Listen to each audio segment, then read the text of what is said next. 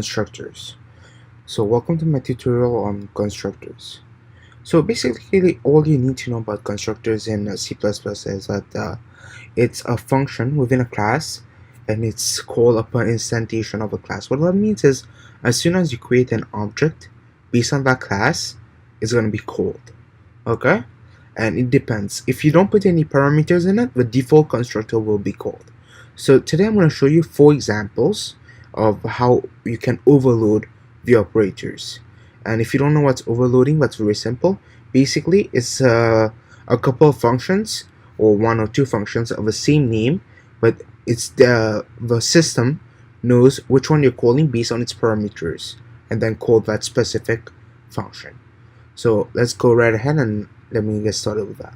So first thing we gotta include in all our C++ code is include our iOS stream. So basically this helps us with the input and output. Also we're using cout in this one, so I'm going to go ahead and put my namespace as td. Okay, and I'm going to create a class. So right now I'm creating the class let's say class I don't know, person. Okay, and I'm going to put a private data as well as a public data because I don't want to share my name and age with a user. So for example, int age and string name. As you guys know, this cannot be accessed outside of our class. As long as this is private data, it cannot be accessed, but the public functions can. So as I was saying, a constructor, okay, so it's the same name as a class. So I gotta write person bracket and this is the constructor. That's a default constructor right now. Okay, so let me just comment that. Okay, default constructor. So let me show you guys how it works. So obviously I have to do person again, and then here. So right now this is the person default constructor.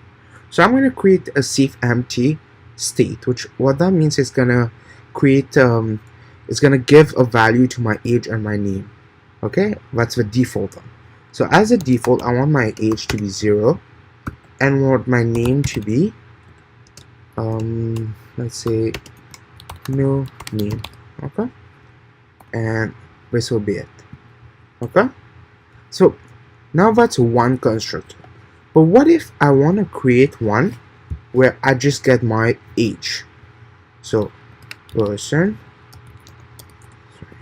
age constructor, and this one will be person. I'm going to pass an int to it. When I'm passing an int, what I'm about to write is wrong. You can't say that. You can't say int age. It will be wrong. You have to actually write the instance of age. So basically you can put I dash age and that will be okay. So right now I'm going to use this function as well. So this one is going to create sorry, I'm going with uppercase B. This one will be a constructor that establishes my age, and it's gonna give my name a new name as well. Okay, just so that we know what's happening. I'm gonna go with age equals 2, and this one will be int age.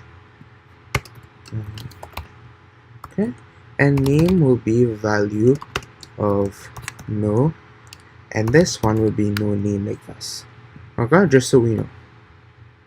Okay, and we'll do no name with age. Okay, so that we know what this one came from. Okay, that's this constructor. What if I wanted a constructor to just give me my name? Then I'll use this one, constructor. It's always good to comment out your constructors, your classes, anything you write. It's a good practice in coding. So I'm just doing that. Person, I'm gonna go with string. again, I have to use an instance of it, so I'm going to use iname. So we're going along with that. Okay, and I'm going to define it. Person again, and this line string iname, and this guy. Okay, so here I'm going to go with age equals to -1. Okay, just so we know which one it is. And we're gonna go with name equals to iname. Cool. Now what if I want to create one where I have both my age and my name? So it will be like this. Person, so name and age constructor will be person and age, comma, sorry, age, comma, string I name. Okay, same thing here, just putting this and this together. So what you could actually just do is this: age equals to this and name equals to iname. They both go in that exact same constructor. So here, just copy and paste this here. Okay, and then here. So as I was saying, it's exactly this. Control C, and this guy. Sorry, my bad. This and this. That guy here. Okay. So it's the same thing. It's just before it was getting only age or only name. Now it's getting both age and name. Creates the whole object. Okay, so let's try this out. And also I'll need, any of you guys know this, it will be a very simple one. I think all of us know this. It's a display function, or otherwise known as a show function. So this will be a void display and simple like that. Okay, so here I'm going to do this as well. Person display will be co, let's say name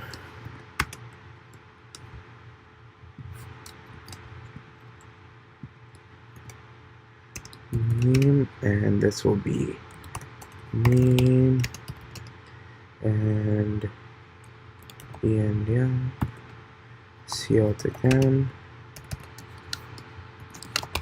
age,